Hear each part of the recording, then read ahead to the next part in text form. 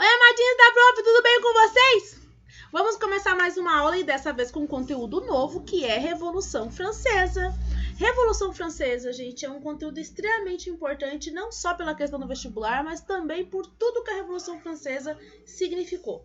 Para vocês terem noção, historicamente falando, nós falamos que nós saímos da Idade Moderna e passamos para a Era Contemporânea em 1789. E essa data é uma data escolhida não à toa, é a data que aconteceu a Revolução Francesa. A Revolução Francesa é uma revolução que mudou o mundo. É ela quem começou a transformação em vários governos depois, porque muitos vão se influenciar por ela, a pensar que a lei deve ser igual para todo mundo, que as pessoas devem ser igual juridicamente. É claro que igualdade não quer dizer equidade, e eu posso explicar isso para vocês em outro momento em sala de aula, mas a Revolução Francesa ela é simplesmente fantástica. Ela vai acontecer no século XVIII, ela vai questionar a estrutura social da época do próprio país e vai servir de exemplo para N outros países. Assim como a Revolução Francesa, ela também é, de certa forma, a materialização daquilo que foi falado no Iluminismo. Aquelas ideias de liberdade, igualdade, fraternidade, aquelas ideias liberalistas, as ideias burguesas liberalistas, discutidas durante o Iluminismo, elas vão tomar corpo e forma durante a Revolução Francesa. Por isso que nós também falamos que a Revolução Francesa é uma revolução burguesa. Apesar da população, o povão participar, os benefícios, os frutos colhidos pela Revolução Francesa, a maior parte deles será para a burguesia. Se bem que a classe pobre também terá alguns benefícios aí, então essa revolução terá um pouquinho para cada um, né? Mas para os burgueses terá um pouco mais. E o que eu quero que vocês entendam nessa aula? E é de suma importância que vocês assistam para que vocês consigam compreender as aulas seguintes, tá? Os antecedentes. O que aconteceu na França antes de 1789, para que depois, em 1789, ocorresse uma revolta tão intensa, mas tão intensa, que vai ganhar o nome de Grande Medo. Então, na aula de hoje, eu vou explicar para vocês o que estava ocorrendo aí na França na metade do século XVIII, aí, 1750, 1751 e tal, até chegar em 1778 e vocês conseguirem compreender como que a Revolução começa. A Revolução Francesa, ela dura 10 anos, tá? Então, assim, é uma revolução ainda por cima longa, bem longa. Então, vamos entender como que era a França do século XVIII. É claro, eu vou estar apresentando a França para vocês, mas vários outros países possuíam a mesma configuração da França, porque a França vivia sob um regime chamado Antigo Regime, ou seja, sob um patamar político no qual existiam estamentos, classes sociais, pessoas mais importantes do que outra, uma loucura. Aqui tem para vocês uma tabela que eu coloquei para que vocês consigam compreender um pouco, se bem que em sala de aula eu já falei isso para vocês, hein? Quando eu expliquei absolutismo, eu mostrei isso para vocês. Aqui nós temos, ó, no século XVIII, nós tínhamos uma pirâmide social composta por 3 grupos. 2 grupos dessa pirâmide eram os privilegiados, que estavam no topo da pirâmide. O clero e logo a nobreza. O clero é a igreja. A igreja tinha benefícios incríveis ali. A nobreza também. O que esses 2 grupos tinham? Além deles serem respeitados pelo governo, eles não pagavam impostos, mas usufruíam de todos os impostos que a população pagava. Então, eles viviam no oba-oba, numa vida que só por Jesus. A nobreza, por exemplo, tem algumas pessoas que viviam no castelo do rei. Fazendo o quê? Nada. Uma série de nadas o dia inteiro. Agora, quem que estava na base dessa pirâmide, quem realmente sustentava essa sociedade, era o famoso terceiro estado. Ou seja, a burguesia e o povo. A burguesia tinha dinheiro, burguesia são comerciantes, mas eles não tinham status social, não tinham poder político, não estavam incluídos aí em uma série de privilégios que o clero e a nobreza possuía. E o povo, né, galera? O povo não tem nada. Nem dinheiro, nem prestígio, nem. O povo só tomava na cara e pagava imposto. Nada mais. Gente, era muito injusta essa sociedade. A lei era completamente diferente. O rei prendia as pessoas aleatoriamente. Não existia uma constituição extremamente definida. O rei era praticamente a lei, né? Tudo acontecia ao bel prazer dele e da nobreza que ele protegia e do clero. A população foi se desgastando cada vez mais, até que vai chegar num nível em que a pobreza vai estar assim, ó, gritante. E a França terá outros problemas para além dessa divisão social que é um absurdo dos absurdos. Olha essa tabela aqui para vocês, gente. Veja os gastos que o Estado francês possuía. Quando eu falo Estado, ó, Estado com E maiúsculo, eu estou falando do país. Olha os gastos aí em 1774, 4 anos antes da Revolução explodir. O exército, eles gastavam com o exército 33% de todo o orçamento. Isso porque a França vivia se metendo em guerras que ela não foi chamada. E quando eu falo que vivia se metendo, é porque realmente vivia metendo o bedelho em guerra que ela não deveria se meter. Olha, ela participou da Guerra dos 7 Anos e perdeu. Ela participou da Guerra dos 7 Anos contra a Inglaterra, né? Ela perde, então ela vai perder algumas colônias e tal e tudo mais. Mas nisso ela também gasta, o exército gasta demais e tudo mais. 10% de toda a receita bruta era gasta com a monarquia. Tudo mais que você fala, ai professora, é só 10%. Gente, é 10% de toda a receita de um país. Gasta apenas com a monarquia. Mas, prof, como que eles gastavam? Ah, festinhas, chocolates, vestidos, orgias. Tem umas coisinhas que eles faziam que é não nomeável durante a aula. Gente, eles gastavam, hein? Nossa senhora, como eles gastavam. E colaborar que é bom? Nada, né? 30% era de juros. Juros do quê, professora? De empréstimo. Sabe, empréstimos que a França já tinha feito e tal. Então, gastava aí com juros. 6% pensões. Que tipo de pensão? Ah, um nobre que ganhava dinheiro e outro nobre. Não vão achar que essas pensões eram entregues para pobre, né, gente? E 21% outros gastos. Ah, até que enfim, prof, 21% da população? Não. 21% outros gastos. 21% todo o resto que precisava ser gasto na França. E daí, desses 21%, um pouco seria gasto com a população ali, com o que fosse necessário, mas é óbvio que não supria o que a população precisava. E toda essa renda que vocês estão vendo aí, saía do povo, do terceiro estado, que não tinha privilégio nenhum, mas tinha que pagar impostos. Isso porque eles achavam que a nobreza tem sangue azul, a nobreza é da corte, não pode gastar. Palhaçada, viu? Aí tem aqui para vocês outros motivos pelo qual é óbvio que essa revolução vai explodir depois. Ó. Miséria tá bem grandão ali para vocês. Porque miséria era como o povo vivia. Tinha 1 zilhão de criança abandonada. Tinha 1 zilhão, é claro que é um termo exagerado da professora. Mas sabem vocês que tinha muitas crianças abandonadas nas ruas, muito roubo, muita fome. E daí teve outras desgraças que no século XVIII completaram essa vida sofrida da população. Intempéries climáticas. Como assim, professora? Nem o clima ajudava.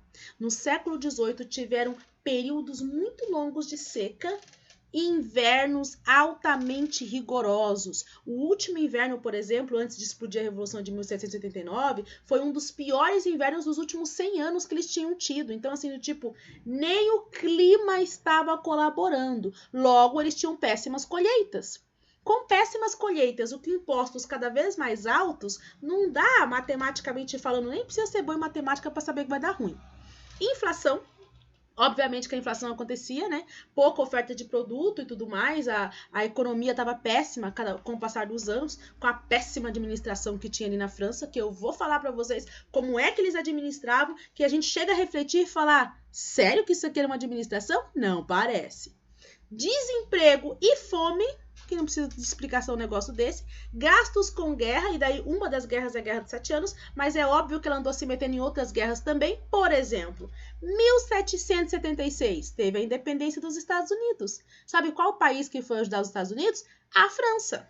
A França não tinha R$1 no bolso direito, se bem que eles não mexiam com R$1, né? Mas vocês entenderam aqui o negócio que a pessoa está falando. Eles mal tinham dinheiro para eles e foram ajudar os Estados Unidos na independência, porque era mais legal ver a Inglaterra se ferrando do que ajudar o próprio país, né? Então esses são gastos com guerra que só foi causando um ranço nas pessoas.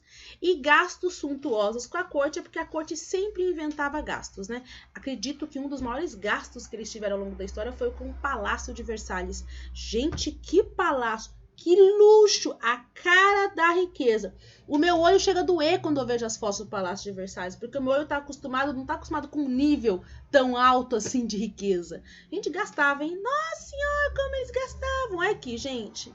Esse aqui é o suntuoso Palácio de Versalhes. Professora, por que Versalhes? O rei não morava em Paris? Claro que não, galera. Ele não queria ver pobre. Rei lá queria ver pobre? Se ele morasse no palácio que ele tinha, porque ele tinha um palácio em Paris, ele teria que ver pobre com muita frequência, né? Ai, que horror ver pobre. Então eles moravam em Versalhes, que ficava próximo a Paris. E lá que eles construíram o suntuoso Palácio de Versalhes, que o Luís XIV já tinha idealizado esse palácio. E nossa, gente, hoje em dia essas fotos aqui são fotos reais para vocês, tá? A maior parte delas. Essa aqui também é real. Para que vocês consigam ver como que é o palácio. Isso aqui é a entrada. Só a entrada. Aqui, ó. Entradinha básica. Aí tem aqui pra vocês parte do jardim. Gente, olha esse jardim. Não é à toa que a nobreza e a corte francesa passavam mais tempo nos jardins do que em qualquer outro lugar. Mas é claro, né, gente? Não idealizem muito não, tá? A gente vê aqui esses jardins maravilhosos, mas eles eram tudo um bando de gente relaxada na época, tá? Aqui, gente, vocês têm noção que eles faziam cocô aí atrás dos arbustos? Ih, meu filho, tem cada história sinistra, mas de qualquer forma, indiferente da higiene que eles possuíam ou não, o lugar era maravilhoso, né? Olha isso aqui, gente, um pedacinho do palácio. Meu Deus, que lindo! Isso aqui é um corredor. Um corredor básico, entendeu? Meu corredor eu passo de lateral. Olha esse corredor, gente. Que beleza. É muita riqueza, é muita luxúria. Não, luxúria não, porque luxúria é outra coisa. É muito luxo. Gente, olha só esse portão. Tem um sol lá na ponta, porque o rei Luís XIV, que é o rei que mandou fazer todos esses negócios, ele falou bem assim que ele era o rei sol, o rei que iria iluminar a sociedade. Eu acho que eu cheguei a falar dele pra vocês quando eu falei do absolutismo, né? Então tá aí o suntuoso palácio e bleblebleski. Gente, olha esse quarto. Esse quarto aqui é da Maria Antonieta, a rainha que estava na França na época da Revolução Francesa.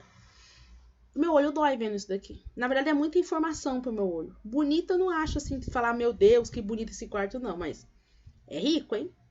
Cara da riqueza. E agora vamos conhecer essa família. Quem é que estava no governo um pouco antes da Revolução Francesa e quem realmente estava no cargo durante a Revolução Francesa? Qual que é o histórico que essa família possui? Eu vou começar a falar para vocês agora de algumas pessoas e nós vamos continuar falando sobre elas mais tarde nas nossas aulas do Zoom. Mas vamos começar agora já. Quem estava no governo? Até 1774, o rei oficial, real e oficial, era o rei Luís XV. Porém, durante a Revolução Francesa, quem vai estar vai ser o rei Luís XVI, porque o rei Luís XV ele morre em 1774. O rei Luís XV é um rei que vai substituir o bisavô dele. O bisavô dele era o rei Luís XIV. Ele vai ficar sendo preparado para o trono desde os 5 anos de idade. Ele assume bem jovem também, sabe? E vai ter um longo reinado. Essas duas fotos que vocês estão vendo aqui é da mesma pessoa, é do rei Luís XV. O rei Luís XV bebê, o tchu-tchu-tchu-tchu, e o rei Luís XV grandão já, né? Adulto. Professora, mas você tem certeza que esse aqui é o rei Luís XV? Não é a Luísa? Não. Apesar de parecer uma garota, as crianças naquela época elas eram vestidas de uma forma um tanto quanto peculiar para o que nós estamos acostumados na atualidade. Mas é o rei Luís, tá? É assim que eles vestiam as crianças, quando elas eram bem piquititicas. E aqui está o rei todo suntuoso ali. Esse rei, ele não terá um governo que você fala, meu Deus, que loucura de governo. Além de administração não ser lá aquelas coisas, já que existia toda aquela injustiça social, não era investido na população como deveria, ele vai estar presente durante a Guerra dos 7 Anos, por exemplo, ou seja, vai participar de algumas guerras que não vai ter muito sucesso, então o governo dele não vai ser lá aquelas coisas, sem contar que ele era mal falado na corte, né? Ele era conhecido como Luís o Bem-Amado, mas não era amado de amamos você, era amado de você é malandrinho, né? Você é safadinho. Ele ficava mais no dia a dia dele com várias mulheres do que realmente governando como deveria governar. E, claro, vai seguir os passos do bisavô, ele era extremamente absolutista. Ele terá um filho e tal, só que o filho dele vai falecer. Só que antes do filho dele falecer, deu tempo do filho dele ter 3 dá 3 netinhos para ele. Portanto, quem vai substituir no governo o rei Luís XV é o rei Luís XVI, que é o neto dele. Aqui o rei Luís XVI já está mais na flor da idade, né? Mas saibam vocês que a história que eu vou contar dele é de quando ele estava um pouquinho mais jovem. O Luís XVI, então, neto do Luís XV, ele tinha mais 2 irmãos, que é o Luís XVIII e o Carlos X. Mas ele, que era o mais velho, então ele que teria que assumir, e estava sendo preparado para assumir o reino. E não era qualquer reino, é esse reino que eu apresentei para vocês, esse reino com inflação, com problemas econômicos, com um monte de coisa. Então pode-se dizer que o rei Luís XVI, ele era a esperança da França. Olhavam para ele e pensavam, quem sabe quando ele sumir, ele dá um jeito nesse país. Coitado dos franceses. O rei Luís XVI, na verdade, era um garoto tímido. Claro que eu peguei uma foto mais velha dele, então é difícil vocês imaginarem ele garoto. Mas sabem vocês que com 19 anos de idade, ele já estava ali se preparando para ser rei. Pra vocês terem noção, ele não levava jeito para ser rei, para começar. Ele era tímido, gente. Professora, existe um problema em ser tímido? Claro que não existe problema em ser tímido. Mas se você vai ser um rei, você não pode ser tímido. Ou você tem que vencer a sua timidez, caso você vai ser um rei. Ele era tímido, nunca era visto com ninguém, assim, tipo, com uma outra pessoa, com garota nenhuma. O que o tio dele achava um absurdo, levando em consideração que o tio dele era o pegador da época. O que ele realmente gostava de fazer, assim, eu acho que se ele pudesse escolher o que ele ia fazer, era fechadura de porta. Eu sei que hoje em dia a fechadura da porta é só uma fechadura de porta, mas no passado fechaduras de porta elas eram ornamentadas, elas eram bonitas, eram cheias de detalhe e tudo mais. E o rei Luís XVI, ele curtia muito fazer essas fechaduras, lidar com chave, sabe? Era a grande paixão dele. Porém, ele tinha um destino, e esse destino dele era ser rei, levando em consideração que ele era o filho mais velho. Ele não tinha opção do que ele ia fazer ou não. Ninguém ia perguntar para ele se ele queria ser rei ou não. E é esse garoto, tímido, um tanto quanto influenciável às vezes, que iria ser o futuro rei, e é nele que estava depositado a esperança de resolução dos problemas da França. Mas ele tinha que se casar para ficar pronto para o reino, né? Então, quem é que estava sendo preparada para ele? Tudo isso, gente, antes da Revolução. Eu estou apresentando para vocês a família real, pra vocês saberem como que eles eram. Quem estava sendo preparado para ele era a Maria Antonieta. Na verdade, o rei Luís XV resolveu arrumar uma esposa para o neto dele, né? Para o neto dele ficar pronto para ser rei. Então ele mandou um recado para o rei da Áustria, né? Que nós também falamos que é a corte de Viena, dizendo se alguém queria casar com o neto dele, o Luís XVI. Só para constar, o Luís XVI também é conhecido como Luís Capeto, caso vocês em algum lugar vocês vejam o nome dele. E lá na corte, na Áustria, disseram que tinha uma garota, né, que era filha de rei também e tal, que era a Maria Antonieta, que é essa garotinha que vocês estão vendo aqui, ó, literalmente garotinha. O Luís XVI também era jovem, eu que coloquei uma foto mais velha dele aqui, mas na época ela estava com 13 para 14 anos e ele estava com 19, então assim, eles eram relativamente jovens, sabe? Nossa, professora, mas ele com 19, ela com 13 para 14, tava no lucro, tá? Porque a maioria das meninas de 13 anos se casava com cara de 40. Mas por que o rei Luís XV foi lá na França, na Áustria, buscar uma esposa para o neto dele? Porque as relações entre França e Áustria, elas estavam estremecidas. Então, se houvesse um casamento entre o futuro rei e uma pessoa muito importante ali da Áustria, talvez tivesse uma aliança e iria acabar um pouquinho esses abalos que tinham, né? E por causa disso ali, enfim, unindo o útil ao agradável, eles então providenciaram a união entre a Maria Antonieta e o rei Luís XVI. Só que essa união é um tanto quanto intrigante. Ela foi avisada lá na Áustria de que ela seria a rainha.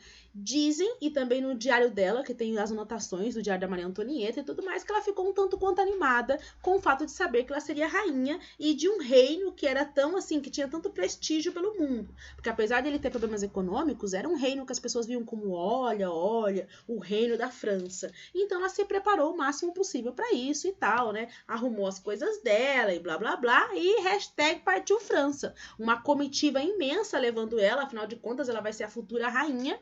Só que ela se decepciona um pouquinho logo de início, porque assim que ela chega em território francês, ela tem que continuar a comitiva dela até chegar realmente na na corte francesa com soldados franceses. Ela precisa largar as roupas que ela possuía austríaca, porque eles querem que ela entre com roupa francesa. Ela tem que deixar o cachorro dela para trás, a criada dela para trás, porque a França ela era bem fechada culturalmente. Ela achava que eles eram os melhores de tudo. Então, quando essa rainha chega, pensa, um país fechado, que acham que eles são melhores em tudo, e de repente o futuro rei ganha uma esposa que não é francesa, ela tinha um desafio aí para enfrentar, hein? Vários desafios.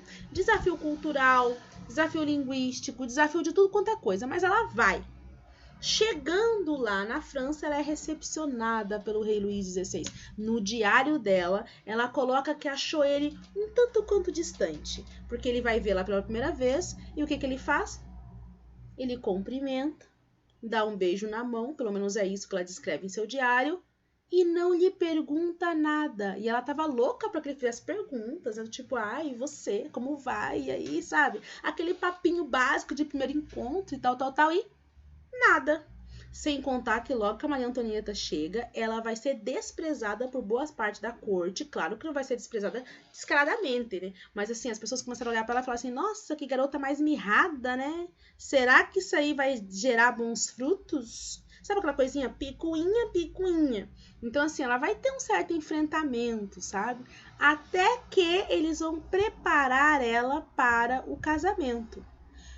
E ela achou que depois disso ela seria bem recebida, que ela não teria mais problemas, mas na verdade os problemas estavam apenas começando.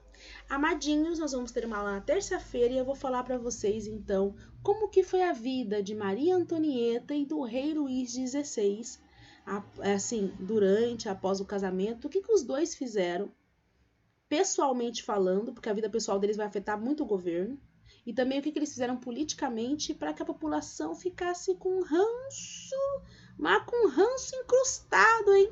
Principalmente da Maria Antonieta. É isso, meus amores, não percam a aula de vocês na terça-feira, que vocês sempre têm aula comigo no Zoom, que eu não queria mais dar aula no Zoom para vocês, mas eu fico com dó de vocês, seus praguentos. Quando é que eu tenho aula com vocês de novo? Às 8h40 na terça-feira. Tá, meus amorzinhos? A prof lindinhos e bonitinhos. Bye, bye. Beijos de luz.